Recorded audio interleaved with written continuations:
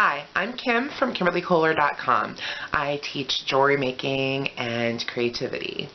So today I'm going to be answering a question I get a lot and I've never actually answered before, and that is about how I store my supplies, and specifically beads. So I do a reader survey for all my newsletter subscribers about once a year, and this question actually came up a lot. Through that survey, I kind of asked, what would you like to hear from me? And so I've never really answered it because I don't feel like I actually have a lot of supplies, although I am a pretty organized person, so I probably am capable of answering this question. But you know, I just haven't so far. So today I'm going to be showing you some examples of how I store supplies. So the storage I use is pretty standard from what I've seen other people use. It's nothing earth-shattering. It's pretty normal. And so I'm going to show it to you. But the thing you need to really think about as you're deciding how to store your beads and such isn't to follow me exactly and do what I do. It's more, I want you to think about how you use your supplies and create a system that works for you. Over the years, I've made a lot of jewelry, and so I've experimented with different ways of storing it.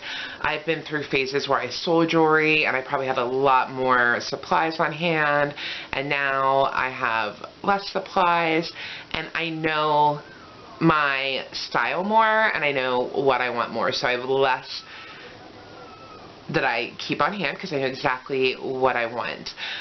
And in fact, about a year ago, maybe it's been 2 years now, I went through all of my beads and I just pulled out tons of beads that I knew I would never use or I didn't want to use, and most of it I donated, and some of it I still have. I'm slowly adding it to my Etsy shop. I have a kind of supply de-stash store that's not very full on Etsy, and I have things there. I had a huge button collection, for example, and that I've been slowly adding and selling, as well as some other jewelry supplies.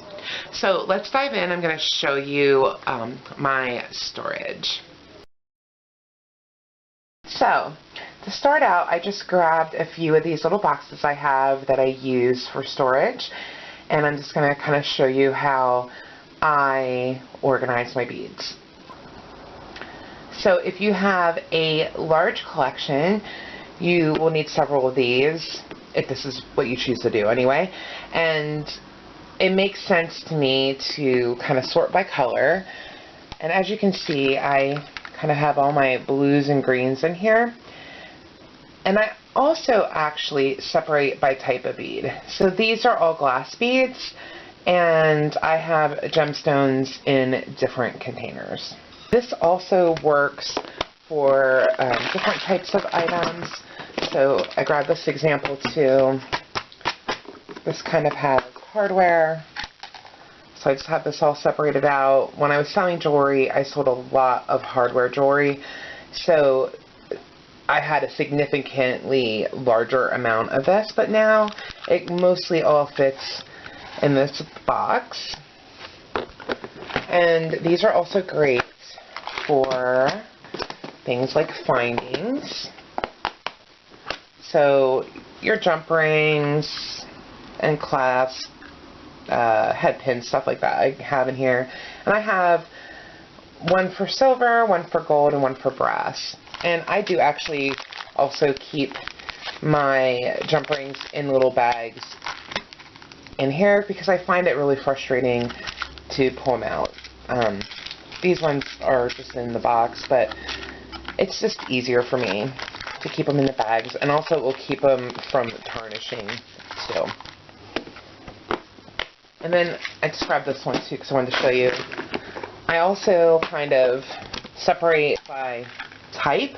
So these are all recycled glass beads that I have, and so I just have them all in one place instead of separated by color or in the different color boxes I have. And like I said, I have gemstones separated into separate ones as well, and they're also by color as well. So just think about how you use beads. Maybe color doesn't even make sense to you. Maybe more by type would make more sense for how you use them, something like that. Okay, and so then I also have, for larger items, these plastic shoe boxes. They're pretty inexpensive in any like big box store, and I just kind of label them on the side because I have a few that kind of just look the same. And so these are good for bigger items. As you can see, this one I have vintage jewelry and miscellaneous pieces. So sometimes I will buy jewelry and just stick it in here until I get a chance to take it apart. And I get inspired by just kind of going through this box every once in a while and seeing what's in there and taking it apart. You may want to instead bring your jewelry home, take it apart, and get it into the, you know, the kind of separated boxes. But that's what I'm saying when I said you kind of have to think about how you do things, how you're inspired, how you like to work, and set up a system that works for you. I just also wanted to show you inside of my workspace. I have this bookshelf that my dad built me. He built it to my exact specifications. It's actually built for a different space, but when I moved, it works here too. So anyway, this whole bookshelf is full of craft supplies and also books. It's close to my desk, and my work table is close by too. And so kind of the books that you see here are all kind of like things I use a lot. There's some art journals there too. But then this shelf in particular, that's basically most of my jewelry supplies. So my beads, my wires, over here, this basket are my kind of extra tools. The tools that I use all the time, the tools you hear me talk about all the time, my wire cutters, my round nose pliers, and my bent nose and chain nose pliers are on my work table, and they stay there all the time so I can get to them easily. But then everything else is kind of right here, all kind of neatly organized. And so really that's kind of it. I do have some extra stuff in a closet that I rarely use that I should probably go through and just donate or sell because I don't really use it. The shelves kind of below and above, you can't really see. We'll just go down and back up. There are other craft supplies. So as I think you probably know, I do a lot of art journaling, and so mostly it's that and some paints and stuff like that too. So that is how I have this set up. I have a small area to work in. I really don't have a lot of space. Basically, the shelf is where I keep almost everything, and then I have a work table, and then I actually have another work table that's on wheels that I can push to a corner that I use in my living room. And there's some storage in that as well.